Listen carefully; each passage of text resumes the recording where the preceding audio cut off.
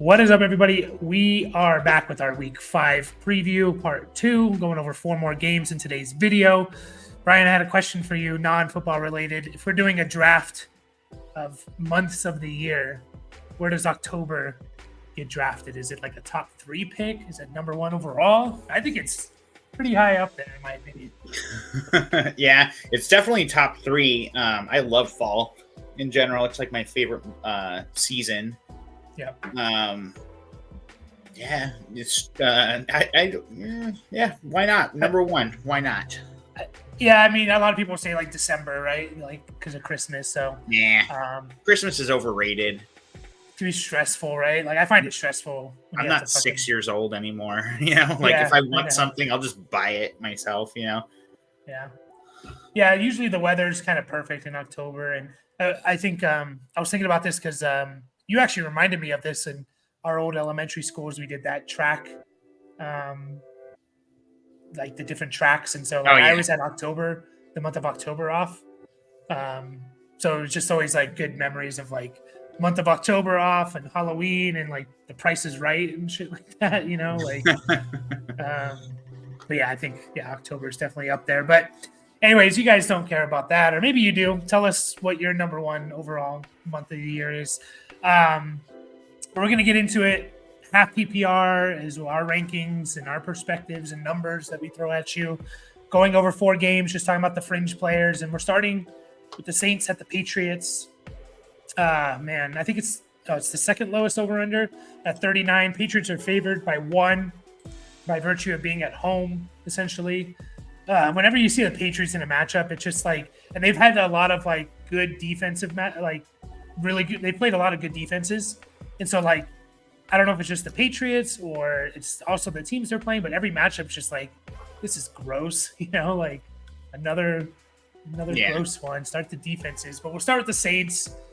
Man, I mentioned this on the recap show. Like, obviously Derek Carr wasn't healthy. If you're not comfortable with starting Jameis Winston in that situation, why is he even on the team? Like, what's the point of him on the team if Carr literally can't throw the ball past like 5 yards?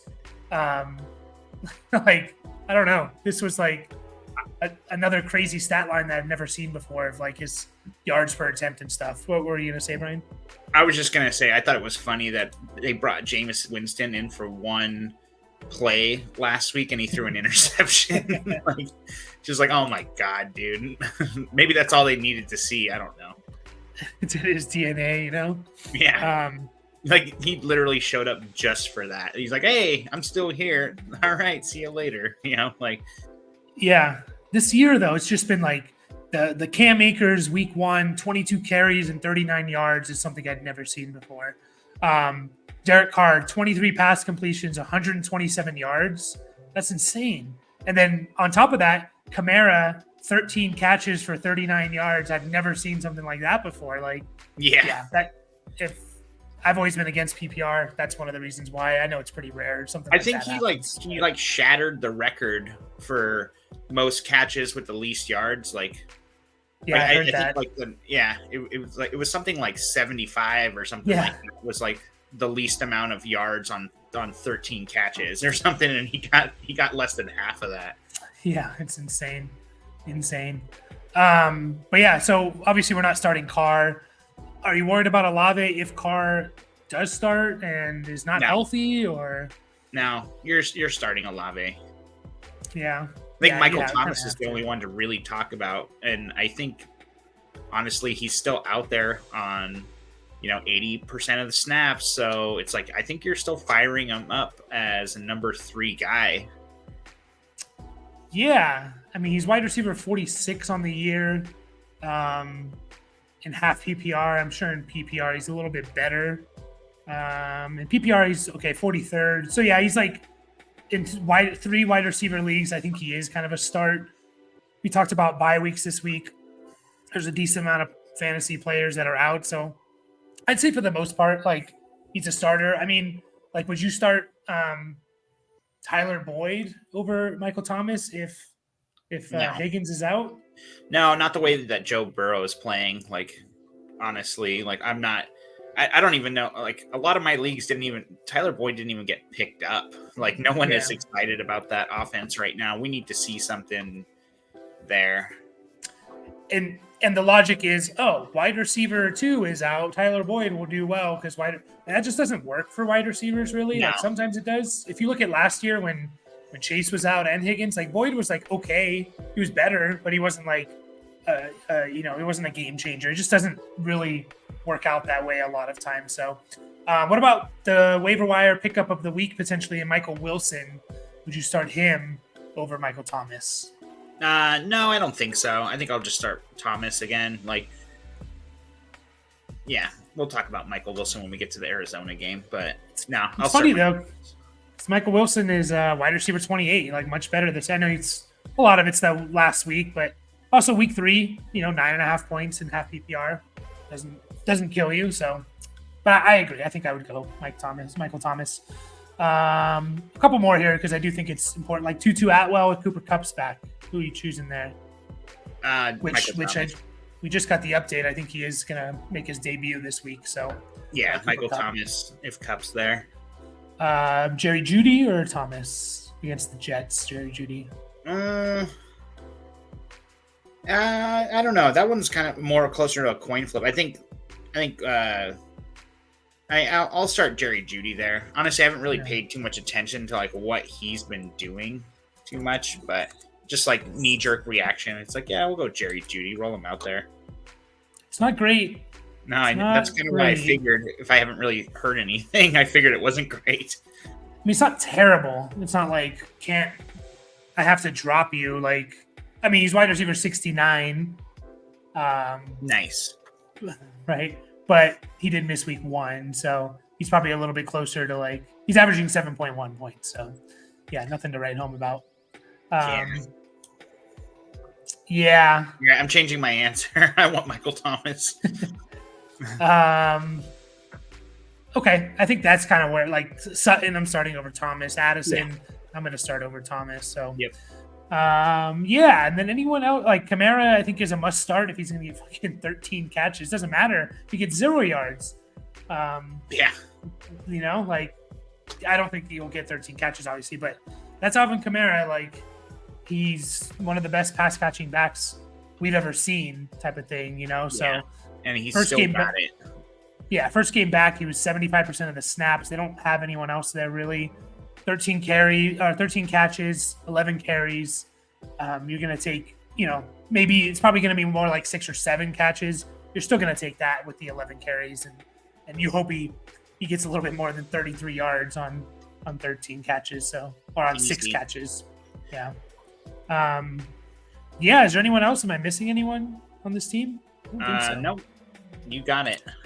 So then we have the Patriots. I think it's just I'm still starting Ramondre. Yeah, I know people are shying. Yeah, I mean, people are shying away from him, and that's fine. I understand. I think he's kind of a buy low. I talked about it last week. I still think he's out there over 60%. He's still getting the touches and stuff. So I'm still going to start Ramondre. I'm starting Ramondre over a Miles Sanders against Detroit, who's one of the best against running backs. I'm starting him over Gus Edwards, Najee Harris, Jonathan Taylor. So, to me, he's still in that must start unless you just, unless you picked up a Kyron and, Ramondre was your third running back and you picked up a Kyron over the waivers or Achane and stuff. So, you're starting him. 17 opportunities last week, and that was the lowest of the season. You got to start a guy like that. It'll happen. Yeah, it will. And again, they've had a brutal start for run defenses to start the year. So, and it continues with the Saints. So, I guess the only player I really want to start besides Ramondre is I don't even know if I want to start him, but Hunter Henry. Yeah, what are we doing with Hunter Henry?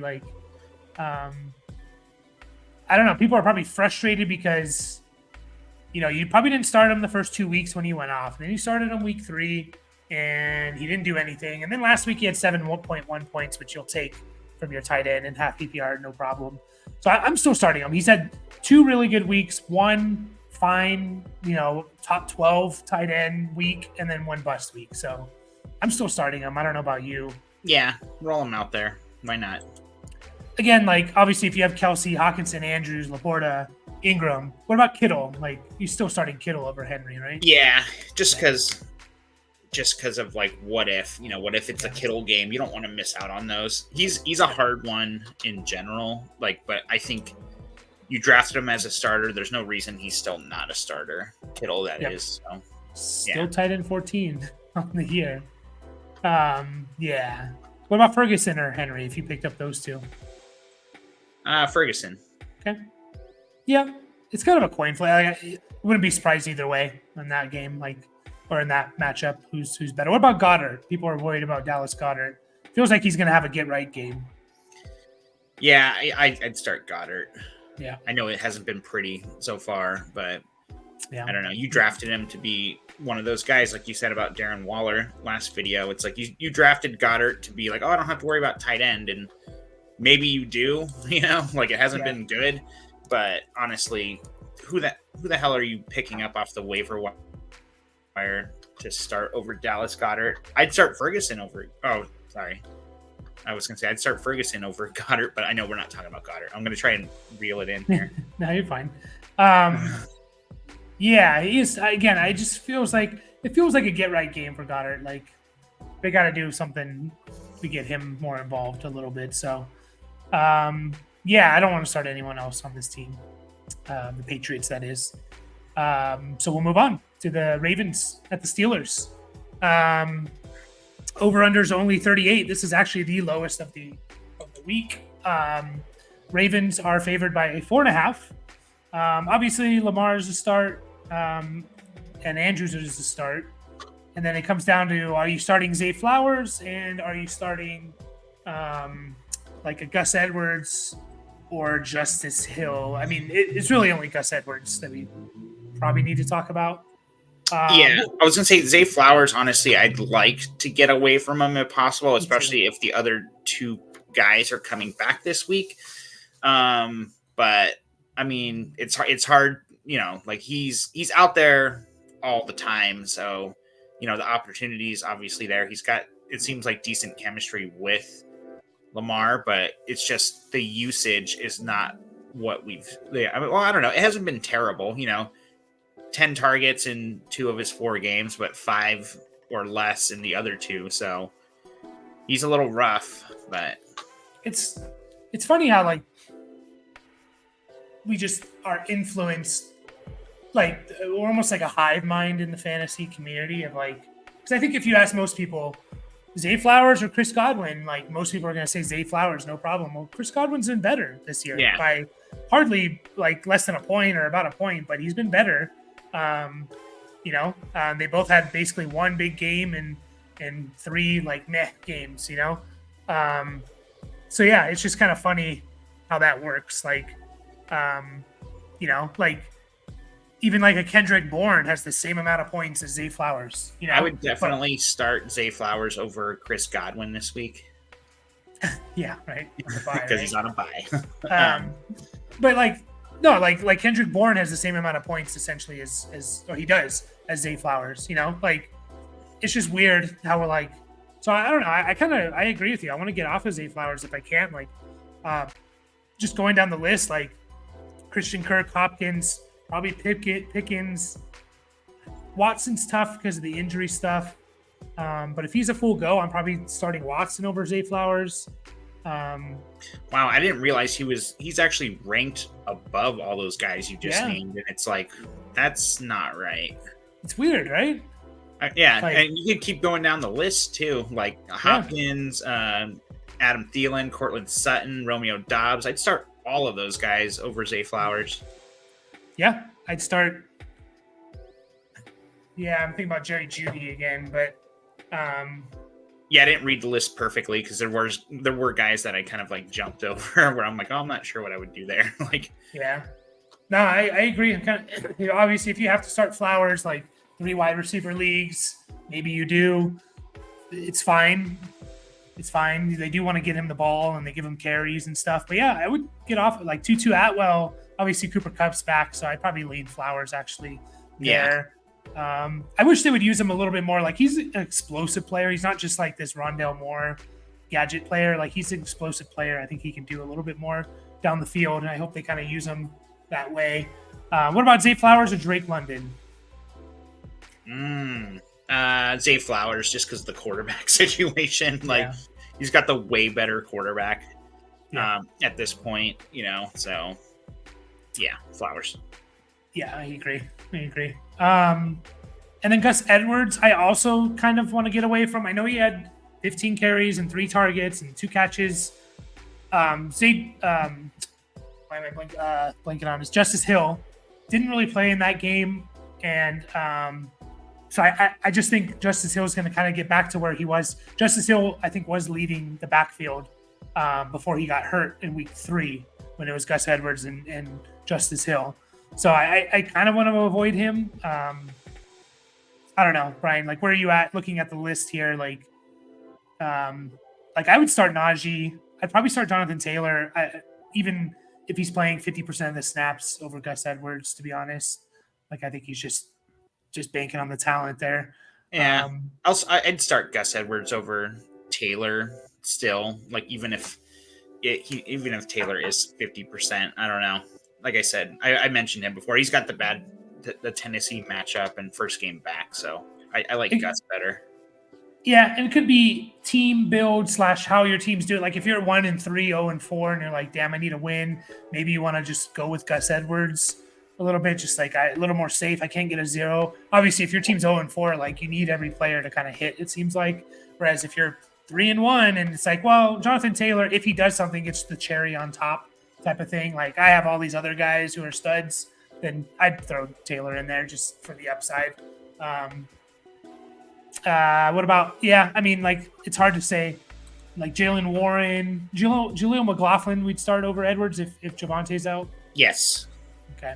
What about Zach Moss? If we're worried about Jonathan Taylor, are we excited about Zach Moss? Or not really, because I definitely think it could be, like you said, like a 50-50 split. And given the matchup and everything, I'd rather take the guy that I feel more confident in terms of like snap share, But yeah, Justice Hill still is on the injury report, just FYI. Like, so that was as of yesterday. Because I thought he had a concussion. No, it's a foot and a hamstring is what I'm seeing. Okay. I thought last week maybe he got that over in the game or something. I thought last week coming into it was a concussion protocol stuff, which is why he missed like No, week. that was Gus. Gus had the concussion. Oh, and he came back. He was the first player to come back the same week. They're saying he missed week 3. This is Justice Hill. He missed week 3 with turf toe, which honestly, I never really knew what that was until like 2 years ago. And it's like, man, that really like jacks guys up, like, and makes them like, you don't really think about a toe injury being like a big thing, but it's like they can't get off the line properly, like it really affects from the very beginning, like it's hard to get around those things, and they linger too. So it's kind of worrisome. I wouldn't be surprised if because they are saying he still has a foot injury. It doesn't say toe specifically, but it's like, it's probably that turf toe still. And it's like, I think I'd avoid it. And I think that kind of pushes Gus up a little bit. Yeah, no, I agree there. Mark Andrews is a start. Oh, obviously. On the Steelers side, is Kenny Pickett playing? I think they said he was going to. Let's see. I mean, does it matter? Like, I don't even. Probably not. I mean, what are we doing? Like, I think I'm locking in, like, for sure starting George Pickens. I don't think he's really a question still. Just also with Freiermuth out, like, I'm probably firing up George Pickens. It says Pickett is going to play as of 10 minutes ago. He says he's good to go. So that's so weird. It went from like his season's over to, he's going to miss like 6 weeks to, he's practicing to, he's going to play. Like, It's just like, damn, that's awesome. Like, usually you hear it's the worst case scenario when you're grabbing at your knee. So, but yeah, I'm starting George Pickens. I don't think you can get away from him. That's kind of all they have right now. And then Najee, like, I think you know what he is at this point. Like he's definitely not where living up to like where you drafted him. But again, you got to get away from that stuff. It's week 5. The draft was basically 10 years ago at this point. Like you just gotta. You know what you got in him. I think it's kind of interesting that Warren has actually outscored Najee in PPR, in full PPR. But I mean, that just kind of shows you like how close they are together, and like you're not excited about either one of them. But I think I've been on the Jalen Warren. Like you can start him as a flex in a pinch kind of a thing since week 2. Or maybe it was only in week 3. I don't know. Whenever it was, but it's like I still feel that way. He's still getting, 6 targets a game. I'm not excited about starting either one of them, but bye weeks and everything like that, I think you're firing up Najee with like not much consideration, and Warren as a desperation flex. Yeah, it's kind of funny because like Najee is kind of doing similar to what he did his rookie year. In terms of like on the ground work, he's just not getting like the catches, which is bringing his value way, way down. So I would potentially get off of him if I can. The problem is I don't know if you can. Like I would start. Do we say Gus versus Najee? I'd probably still lean Najee. Yeah, I think so. But I don't feel great about either one of them. But again, 16 opportunities last week, 20 the week before, 13 the week before that. So it's kind of like you're starting Najee Harris. Yeah. You're just not happy that you have to. Probably not. But we'll move on. I think we're done there. To our second to last game, the Bengals at the Cardinals. Man, how many people are just like, that sucks. If you go in, you were like went heavy on the Bengals, and then they just had this basically a calf injury just ruin your fantasy season, their season, Joe Burrow's season. Like, he's just so limited. He can't do anything. Obviously, we're not starting Joe Burrow. I still got to fire up Mixon. There's no question there, in my opinion. Still got to fire up Chase. And then I think T. Higgins is not going to play. I don't double check that, but I would be surprised if he plays. So they're actually really easy. I'm not starting Burrow. I'm starting Mixon. I'm starting Chase. The thing about Higgins, his injury, it's ribs, and that's usually a pain tolerance management sort of thing. Like, there's nothing you can do to make them heal faster, but it doesn't necessarily prevent you from playing. It's just like, can you deal with the pain? Like, and I think they did say it was only one broken rib. Not that that's like makes it any better, but they got the flak jacket, they got the pain injections. Like, I wouldn't be surprised if Higgins plays, but he's just maybe only plays like half the snaps or something like that. They need to win, like, or else their season could be over in week 5, honestly, if they lose this game. And they're playing against Arizona, who's actually looked pretty good these last couple of weeks. So I'd be shocked. Well, no, that's not the right word. I expect Higgins to play, but probably to be limited.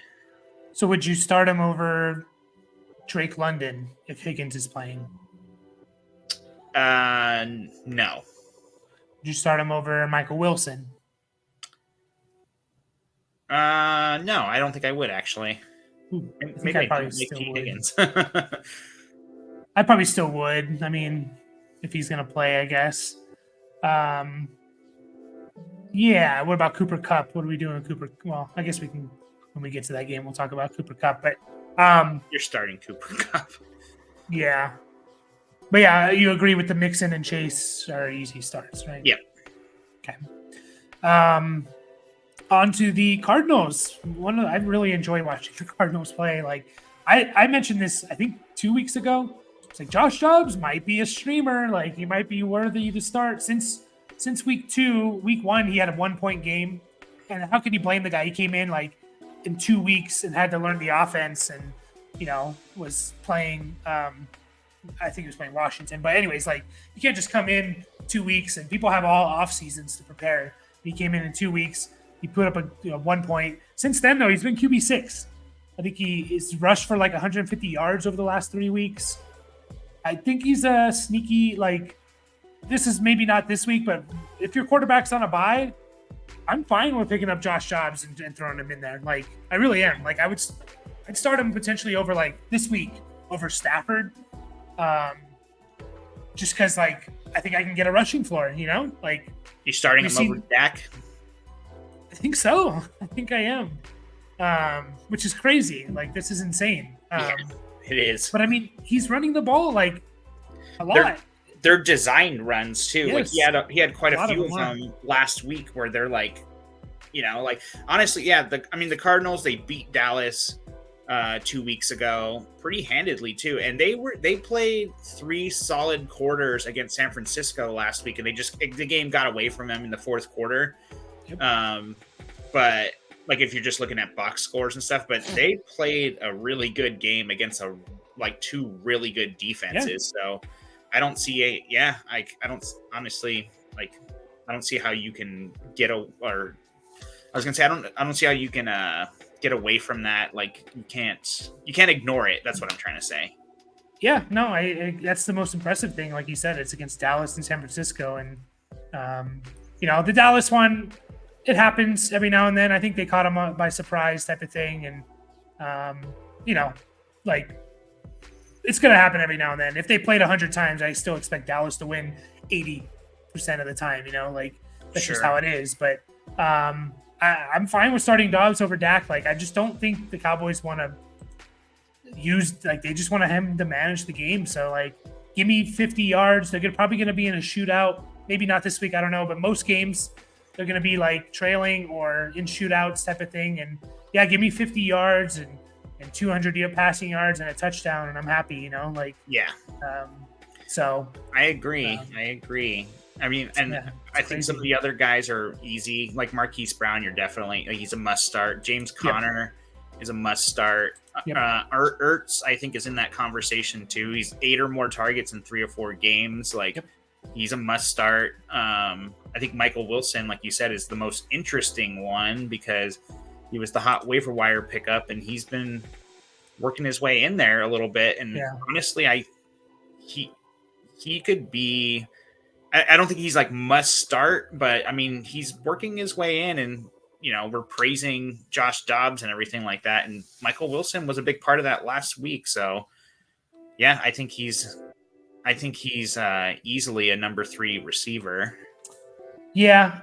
If I can, I want to avoid starting. Like, I want to see one more week because before last week, it was 2 targets, 3 targets, 4 targets. And he's a rookie, and rookies come on. Like, maybe he's coming on, right? Like, maybe last week was his breakout week. But yeah, like, I still want to see him.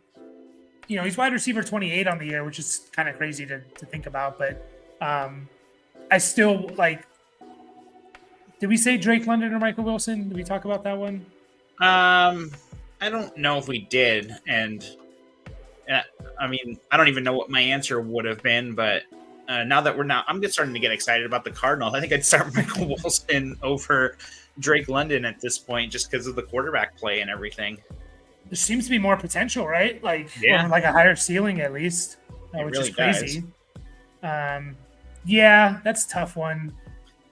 That's a tough one. Really have to. I guess I'd lean Drake London and just not feel great and type of thing. Like, well, let's put it this way: if they're let's say they each get 8 targets this week, it's like, I'd rather have the Joshua Dobbs targets than Ritter. So I don't know. Obviously, that's not a guarantee. I'm just kind of like playing out the scenario in my head. Like, I agree. And he has big play potential. Like, you know, it's not like he did nothing the other weeks. Like, 3 targets, but he had 56 yards. You know, 2 targets, but he had 86 yards. Like, he just caught a couple touchdowns this time. That was kind of the big difference. So, yeah, I know. What about Michael Thomas or Michael Wilson? The Michaels. Yeah, I don't know. I feel like we did mention that one, and like I said, I'm starting to get excited about the Cardinals. Like, so I think I'm gonna go Michael Wilson. Yeah, it's fun. He's also just more fun to start too, like, than those other guys. So, But yeah, I agree with you. Marquise Brown, James Conner must starts as well, and Zach Ertz. So, yeah, we'll get into the last one of this video, the Eagles at the Rams. Eagles are easy. You're starting all of them. I mean, even Goddard, unless you picked up like a Laporta or something. Even if you picked up like a Ferguson, that's tough. Like I just think if there's gonna be a Dallas Goddard get right game, I think it's gonna be this game, just because they've been kind of talking about it, like throwing it out there, and everyone's talking about it, like what's going on with Dallas Goddard. So we saw them do that with AJ Brown.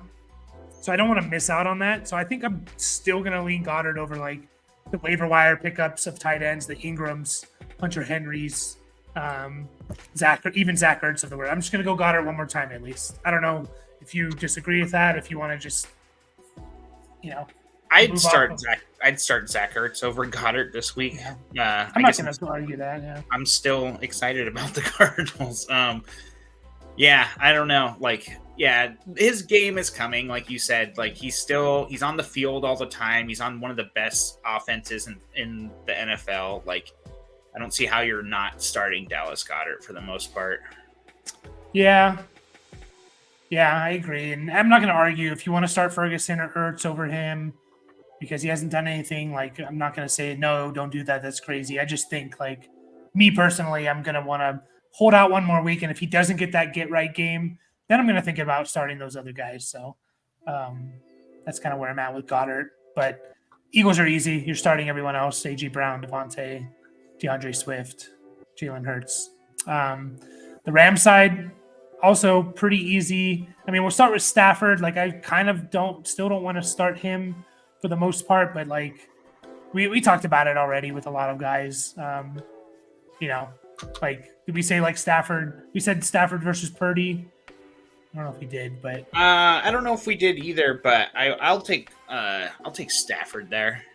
Yeah, I just hope he's been throwing 300 yards in 3 of his 4 games. He just needs to throw touchdowns, and that should come. I think he leads the NFL in dropbacks. So it's just kind of a weird, like, anomaly situation of just like he's just not getting touchdowns. So you expect that to correct itself with Cooper Kupp coming back as well. Yeah, you're starting Kupp, I think you're still starting Puka. Yes. You're starting Kyron Williams. Tutu Atwell is kind of. I'm trying to get away from him this week just to see what the offense looks like with Kupp. Is he the one that suffers?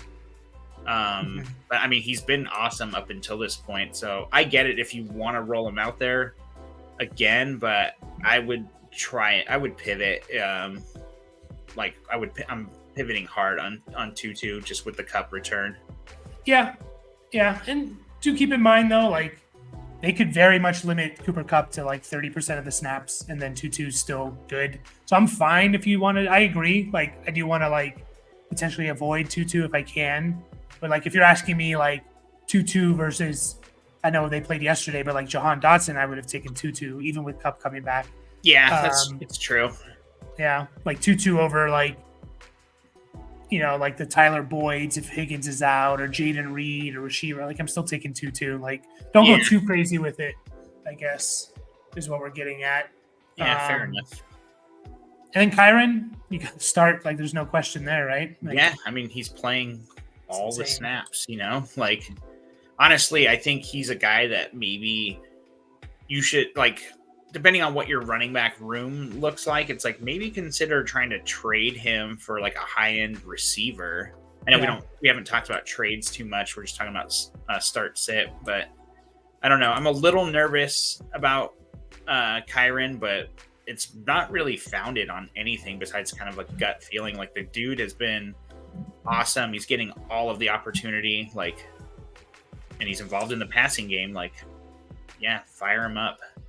Yeah, I guess the thing to be nervous on is the guy's 195 pounds. He's a very small running back, which I don't know if a lot of people realize. And he is getting 70%, 100%, 95%. And he's getting 20 plus touches potentially. Like, it does seem like a pretty good candidate of someone to get hurt. Like, I don't want that to happen, of course, but He did actually get hurt in the last game too, like in overtime, I think it was. Like so at the end of the game, and they rested him yesterday. He practiced limited. Oh, sorry, he was limited yesterday. They rested him on Wednesday. Like, I think they're just kind of like just let him take a break and kind of like get right for this game, because it's going to be a tough one for sure. But yeah, there's no reason to think that he won't be out there and he won't be heavily utilized. It's just crazy. Like any fantasy show that you listen to all year long, I doubt any of them really talked about Puka Nacua unless they're dynasty. Puka Nacua and Kyron Williams, and they're both top 5 at their position this year. Like, no one was talking about those guys in redraft and having an impact. And so the Rams and Arizona that we just talked about, like those two, it's funny because they're the same division too. Like those two teams have been way better than anyone thought they were going to be. Like they're kind of the opposite of what we thought about like the Jets and the Giants kind of a thing. Like we were getting excited about those other two teams, and it's like we had these guys sitting right there in front of us, and it was just kind of like, I mean, the Rams won the Super Bowl 2 years ago, and like last year obviously sucked and it was injury ridden for the team, but it's like, I don't know. Like, I think that was a big miss by a lot of us, is discounting these guys. Oh, excuse me. Yeah. I mean, it's hard to imagine a 5th round rookie is going to come in and be a top 5 receiver. Like, I don't know if that's literally never happened. And then Kyron, maybe we should have maybe not bought so hard into Cam Akers. So that's kind of where we missed it. But anyways, we're going to finish up with this video. Again, if you have any specific questions, leave them in the comments, and we'll be back going over the last 4. As always, like and subscribe, and we'll catch you guys